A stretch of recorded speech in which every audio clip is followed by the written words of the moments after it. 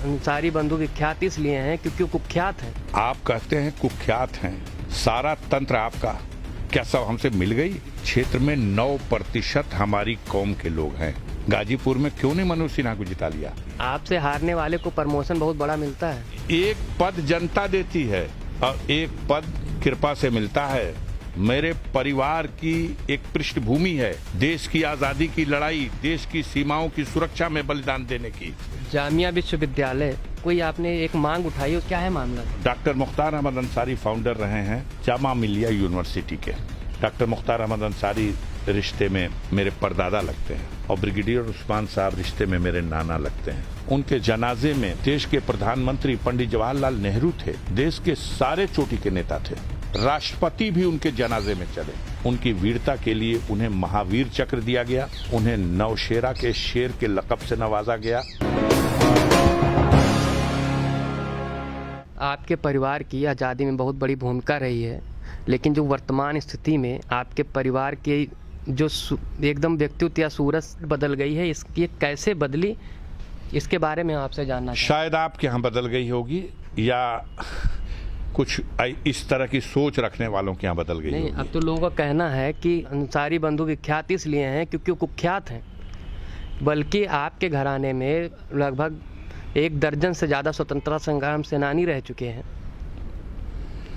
आप ये बताइए, मेरी उम्र 68 साल हो गई और मैं जिस क्षेत्र से निर्वाचित होता हूँ उस क्षेत्र में 9% हमारी कौम के लोग हैं। मात्र 9%। और मोदी जी के क्षेत्र के बगल का क्षेत्र है गाजीपुर, बॉर्डर का क्षेत्र है।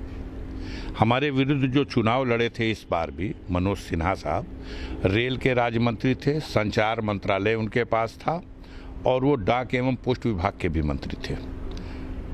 अमित शाह साहब खुद पर्चा भरवाने गए थे, योगी साहब 3 दिन गए। उसके बाद भी जनता ने फैसला दे दिया, 1.25 लाख वोटों से मनोज सिन्हा गाजीपुर में हार गए। आप कहते हैं कुख्यात हैं, सारा तंत्र आपका, चुनाव आयोग, भारत सरकार, उत्तर प्रदेश सरकार, क्या कहाँ थी? क्या सब हमसे मिल गई? गाजीपुर में क्यों नहीं मनोज सिन्हा को जिता लिया? जनता के फैसले को स्वीकार करें, ये जनादेश है। इससे पहले भी मेरी मनोज सिन्हा से उसी गाजीपुर के लोकसभा क्षेत्र में लड़ाई हुई है। 2004 का चुनाव हम आमने सामने लड़े और मनोज सिन्हा साहब को 2,27,000 वोट से हराया था उसी जगह। जाति और मजहब और धर्म की राजनीति नहीं करता हूँ। मेरे परिवार की एक पृष्ठभूमि है, देश की आज़ादी की लड़ाई, देश की सीमाओं की सुरक्षा में बलिदान देने की और समाज में गरीब, कमज़ोर, दबे कुचे लोगों के लिए उनकी मदद करने की। और यही छवि है जो विपरीत परिस्थितियों में भी बड़ी से बड़ी राजनीतिक ताकतें मुकाबले में आती हैं और जनता के दरबार में परास्त होके जाती हैं। आपसे हारने वाले को प्रमोशन बहुत बड़ा मिलता है। हमें मालूम है, जो मऊ और घोसी के रहने वाले फागू चौहान साहब हैं, हमें मालूम है वो बिहार के राज्यपाल हैं।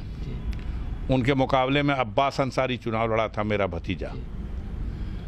और ये भी मुझे मालूम है कि जम्मू कश्मीर के एलजी के पद पर एक पद जनता देती है और एक पद कृपा से मिलता है सरकार और सरकार के तंत्र की। लेकिन नाम तो गाजीपुर का हो रहा है ना। देश में अगर लोकतंत्र है और देश में लोकतंत्र है तो लोकतंत्र में सबसे बड़ा फैसला जनता के द्वारा किया गया फैसला है। हम तो ये भी मांग किए थे कि आप मंत्रिमंडल में ले लीजिए मोदी जी इनको। जामिया विश्वविद्यालय अपना शताब्दी वर्ष मनाने जा रहा है। आपने उस शताब्दी वर्ष से जुड़ा कोई आपने एक मांग उठाई, उसके बारे में हम पूरा मामला जानना चाहते हैं। क्या है मामला? नहीं, मांग का ये था कि अभी 25 दिसंबर गुजरा है, तो 25 दिसंबर को बहुत सी विभूतियों का जन्मदिन मनाया जाता है।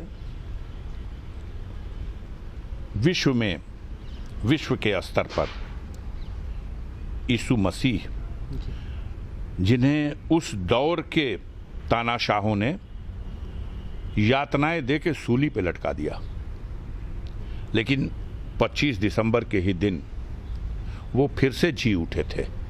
इसलिए उस मुबारक दिन को क्रिसमस का डे मान करके सारी दुनिया ईसा मसीह का जो फिर से जन्म हुआ उसका जश्न मनाती है। हमारे देश में अटल बिहारी वाजपेयी का जन्मदिन है, हमारे देश में पंडित मदन मोहन मालवीय का जन्मदिन है, हमारे देश में डॉक्टर मुख्तार अहमद अंसारी का जन्मदिन है। अब एक बात सामंजस्य बनता है कि मदन मोहन मालवीय ये फाउंडर रहे हैं काशी हिंदू विश्वविद्यालय के, और डॉक्टर मुख्तार अहमद अंसारी फाउंडर रहे हैं जामा मिलिया यूनिवर्सिटी के। ये दोनों विभूतियाँ, एक समय था जब देश गुलाम था, तब डॉक्टर अंसारी इस देश में मुस्लिम लीग पार्टी के राष्ट्रीय अध्यक्ष हुआ करते थे, और पंडित मदन मोहन मालवीय हिंदू महासभा के राष्ट्रीय अध्यक्ष थे। जब गांधी जी से मुलाकात हुई तो उनके विचारों से प्रभावित होकर के और देश के हित में ये फैसला इन दोनों विभूतियों ने लिया था कि सब गांधी जी के साथ मिलकर के और कांग्रेस पार्टी के झंडे के नीचे देश के स्वतंत्रता संग्राम में अपना योगदान देंगे। दोनों कांग्रेस पार्टी के राष्ट्रीय अध्यक्ष भी रहे हैं। 1927 में डॉक्टर मुख्तार अहमद अंसारी इंडियन नेशनल कांग्रेस के प्रेसिडेंट चुने गए थे, मिस्टर केलकर के मुकाबले चुनाव जीते थे। दोनों का जन्मदिन 25 दिसंबर। एक जन्मदिन सरकार और विद्यालय धूमधाम से मनाता है, एक जन्मदिन विद्यालय तो उनके नाम पर यूसुफपुर में भी है, जहाँ वो जन्म लिए थे, गाजीपुर जनपद का यूसुफपुर कस्बा। वहाँ पर doctor M A Ansari memorial society की तरफ से हर साल एनुअल फंक्शन के रूप में विद्यालय के डॉक्टर मुख्तार अहमद अंसारी का जन्मदिन मनाया जाता है। इस साल भी मनाया गया। अफसोस तब हुआ कि उसी तिथि में जामिया मिल्लिया में आप ही जैसा कोई पत्रकार वहाँ चला गया और उसने डॉक्टर अंसारी के मज़ार की सुध ली, तो वहाँ जो दृश्य देखा उसने, एक कोई भी आदमी उस मज़ार पर फूल चढ़ाना तो छोड़ दीजिए, साफ सफाई करने भी नहीं गया था। एक तरफ जामिया प्रशासन के लोग कहते हैं कि हम 100 साला जश्न मनाएंगे इस साल, पूरे साल भर तक जामिया के 100 साला जश्न मनाया जाएगा, और जामिया के कैंपस में डॉक्टर मुख्तार अहमद अंसारी की कब्र पर उसकी सफाई भी नहीं की जाएगी, फूल भी नहीं चढ़ाया जाएगा, झाड़ू भी नहीं लगाया जाएगा। एक पत्रकार ने ये बात हाईलाइट कर दी, आज चर्चा का विषय बना हुआ है। वहीं चंद कदम की दूरी पर उसी कैंपस में ब्रिगेडियर उस्मान साहब की कब्र है। डॉक्टर मुख्तार अहमद अंसारी रिश्ते में मेरे परदादा लगते हैं और ब्रिगेडियर उस्मान साहब रिश्ते में मेरे नाना लगते हैं। ये दोनों विभूतियों की कब्र वहीं पे है। ब्रिगेडियर उस्मान साहब की जो कब्र की तस्वीर उस पत्रकार ने रिले की, उसे देख करके रुलाई आ गई।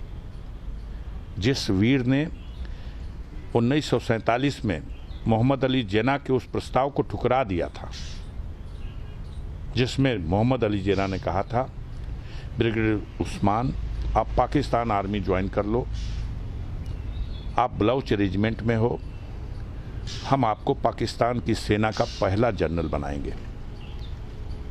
तब ब्रिगेडियर उस्मान ने कहा था, हमें आपका प्रस्ताव मंजूर नहीं, हम हिंदुस्तान की मिट्टी में पैदा हुए और हम मर करके भी इसी मिट्टी में दफन होना अपनी खुशनसीबी समझेंगे। और उस बहादुर शख्स ने जब इम्तहान की घड़ी आई, आज़ादी के फ़ौरन बाद कबायलियों के भेष में पाकिस्तान की आर्मी घुस गई कश्मीर में, और राजा हरी सिंह जो कश्मीर के राजा थे, जब भाग के आए दिल्ली और पंडित जवाहरलाल नेहरू के सामने उन्होंने प्रस्ताव रखा कि भारतीय सेना भेजी जाए कश्मीर की रक्षा के लिए और हम भारत के अभिन्न अंग के रूप में रहना स्वीकार करते हैं, तब एक समझौता हुआ। पहली आर्मी जो भारत की भेजी गई कश्मीर की सुरक्षा के लिए, उस आर्मी का नेतृत्व किया था ब्रिगेडियर उस्मान ने। जब वहाँ गए थे तो उन्हें ये भी पता नहीं था कि जो श्रीनगर का एयरपोर्ट है ये पाकिस्तानी आर्मी के कब्जे में आ गया है या अभी भी राजा हरि सिंह के कब्जे में है। 50वीं पैराशूट ब्रिगेड के कमांडर की हैसियत से ब्रिगेडियर उस्मान ने कश्मीर की जंग में अपने वीर सैनिकों के साथ पाकिस्तान की सेना का मुंहतोड़ जवाब दिया। झांगर घाटी पर कब्जा हो गया था पाकिस्तान का। जनरल करियप्पा साहब विजिट में गए और उन्होंने कहा, ब्रिगेडियर उस्मान हम तुमसे एक तोहफा चाहते हैं। ब्रिगेडियर उस्मान की बात हुई और उन्होंने कहा, बहुत जल्द हम आपको ये खुशखबरी देंगे जो आप हमारी इस बटालियन से तोहफे के रूप में चाहते हैं। और चंद ही दिनों के बाद जैसा प्लान था उसके अनुसार ब्रिगेडियर उस्मान और उनके जाबाज सिपाहियों ने झांगर घाटी भी मुक्त करा लिया और नौशेरा घाटी में भी भारतीय परचम लहरा करके पाकिस्तान का झंडा हटा करके और भागने पर मजबूर कर दिया। 800 से ज़्यादा सैनिकों की लाशें छोड़कर पाकिस्तान आर्मी भागी थी। इस लड़ाई में 3 जुलाई सन 1948 को यह भी विडंबना है कि मातृभूमि की रक्षा में लड़ रहे उस वीर सैनिक को मारने के लिए पाकिस्तान ने 50,000 रुपए का इनाम घोषित किया था कि जो उस्मान को गिरा देगा उसके सर पे 50,000 रुपए का इनाम होगा। बदकिस्मती थी, मातृभूमि की हिफाजत करते हुए ब्रिगेडियर उस्मान 3 जुलाई सन 1948 को शहीद हुए। उन्हें नौशेरा के शेर के लक़ब से नवाजा गया। मरने के बाद उनकी वीरता के लिए उन्हें महावीर चक्र दिया गया। उनके जनाजे में देश के प्रधानमंत्री पंडित जवाहरलाल नेहरू थे, देश के सारे चोटी के नेता थे, राष्ट्रपति भी उनके जनाजे में चले। अब्दुल कलाम आज़ाद साहब ने उनकी नमाज जनाजा पढ़ाई थी। मेरे पिताजी वहाँ दिल्ली में वहीं थे। उन्होंने बताया हम लोगों को कि लाश इस तरह से टुकड़ों में कि उसको चादर में लपेट के एक गठरी की शक्ल में जब ताबूत से निकाली गई तो उस तरह से कब्र में उतारी गई थी। अपने हाथों से उन्होंने कब्र में उनको दफन किया था। अब जामिया मिल्ला की उस कब्र में जो शिलापट लगा हुआ था जिस पर लिखा है कि ये किसकी मज़ार है, कौन सो रहा है इस कब्र में, उस शिलापट को किसी शरारती ने तोड़ दिया था। यह दृश्य देख के बड़ा दुख हुआ। वो भी कब्र डॉक्टर मुख्तार अंसारी के बाजू में ही वहीं पे है।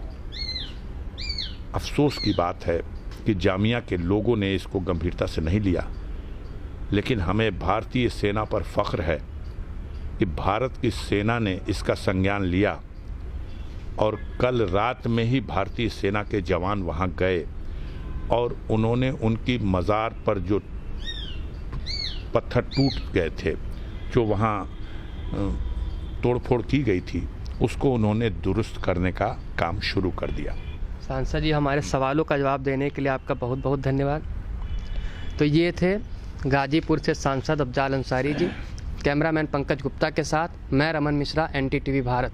देश दुनिया की ताज़ा तरीन खबरों से रूबरू होने के लिए सब्सक्राइब कीजिए आपका अपना चैनल NTTV भारत।